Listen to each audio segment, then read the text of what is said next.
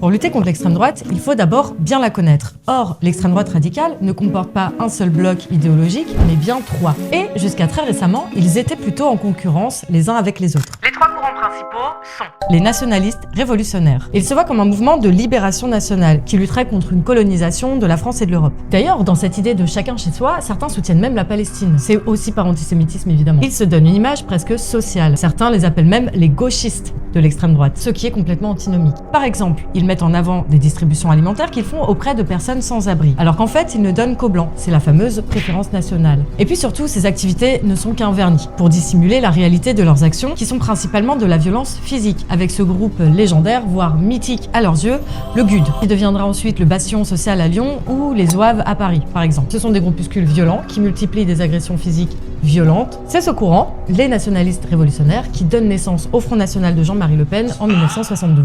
Les royalistes. Les royalistes militent pour le retour de la monarchie. Pour schématiser, c'est le mouvement le plus bourgeois, le plus élitiste, le plus conservateur des 3. D'ailleurs, les royalistes rencontrent des enjeux générationnels. Ils ont du mal à se moderniser, ils ont un peu de mal à attirer les plus jeunes. Côté idée, ils parlent d'un grand déclassement de la société française. Sans surprise, ils défendent les notions de patrimoine et d'héritage, de culture à la française, et donc cet antisémitisme historique, puisque ce courant naît au moment de l'affaire Dreyfus et de la pensée raciste et antisémite de Charles Maurras, en s'articulant autour de l'Action française, une organisation toujours légale aujourd'hui. L'Action française a pour spécificité d'accorder une très grande importance à la formation de ses militants, parce qu'elle se définit comme une école de pensée. Les identitaires.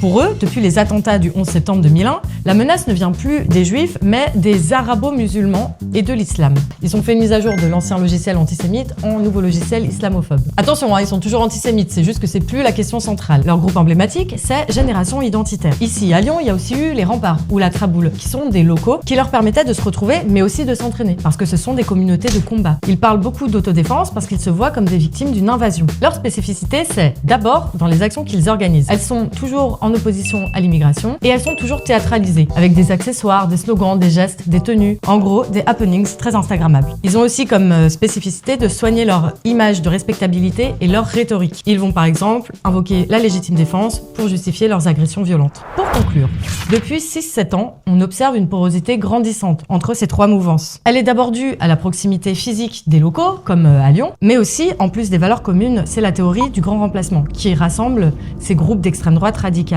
La violence est au cœur du projet de l'extrême droite, car celle-ci perçoit la société comme un corps qu'il faudrait soigner de ses maladies en le purgeant, donc en supprimant les menaces invasives.